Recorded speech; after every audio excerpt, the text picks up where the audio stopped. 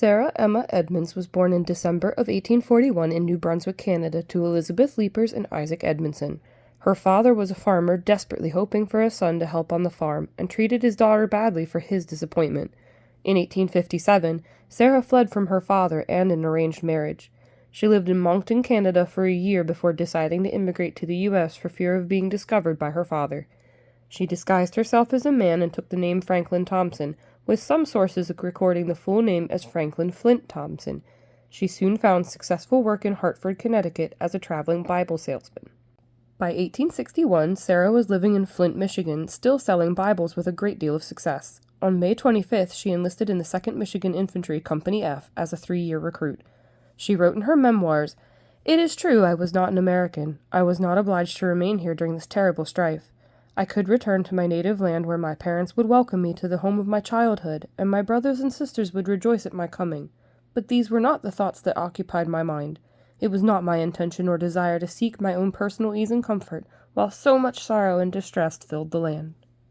The 2nd Michigan Infantry was present at the First Battle of Bull Run, though the only action they saw was assisting in covering the Union retreat from the field. Sarah stayed behind to help nurse the wounded and was nearly captured by Confederate forces, but was able to return safely to Washington. She continued to work as a hospital attendant there for several months before being assigned mail carrier duties for the regiment in March of 1862. Later that same month, the 2nd Michigan would ship out as part of McClellan's Peninsula Campaign, setting out in southeastern Virginia with the intent to capture the Confederate capital at Richmond. From April 5th to May 4th, Sarah and her regiment took part in the siege of Yorktown. Here in her memoirs is where she claims she was first asked to take part in espionage, although there is no other documentation to confirm this. Allegedly, her aliases as a spy were the roles of Southern sympathizer Charles Mayberry, dyeing her skin with silver nitrate and wearing wigs to pose as a black man named Cuff, and as an Irish peddler selling soap and apples named Bridget O'Shea. On May 5, 1862, the 2nd Michigan found themselves under fire during the Battle of Williamsburg. Here, records indicate that Sarah served as a stretcher-bearer during the battle.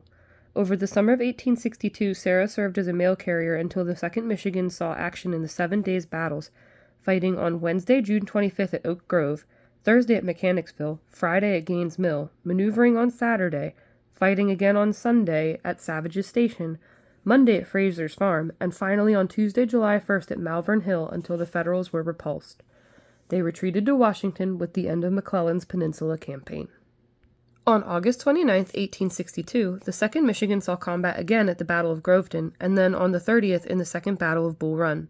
Sarah performed duties as a courier, and during the battle her horse was shot out from under her, throwing her into a ditch, breaking her leg and causing internal injuries that would plague her later in life.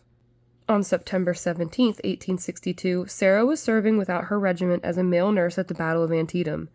In treating one soldier, she recognized another woman in disguise. The woman pleaded with her to keep her secret, and Sarah agreed. After she died from her wounds, Sarah buried the unnamed woman soldier so that no one else would discover her identity. From December 11th to December 15th, Sarah served as an orderly for Colonel Orlando Poe during the Battle of Fredericksburg. She spent most of the battle in the saddle delivering orders, but what she saw of the battle disheartened her. She viewed the slaughter of her comrades with dismay and offered a prayer for the salvation of the Union cause. May God bless the old Army of the Potomac and save it from total annihilation. In the spring of 1863, the 2nd Michigan was assigned to the Army of the Cumberland and sent to Kentucky. During this time, Sarah contracted malaria. She requested a furlough until she had recovered, but her request was denied.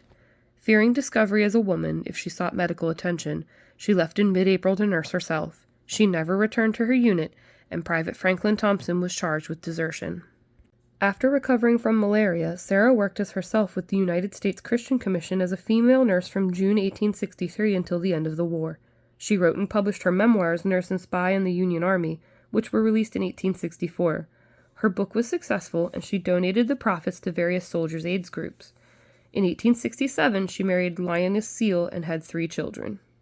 In 1876, Sarah attended a reunion of the 2nd Michigan where she was warmly received by her former comrades. They helped her request the removal of charges of desertion against her alias and apply for a pension. After an 8-year struggle in an act of Congress, Franklin Thompson was cleared of charges of desertion and awarded a pension in 1884. In 1897, Sarah was admitted to the Grand Army of the Republic, the only woman member.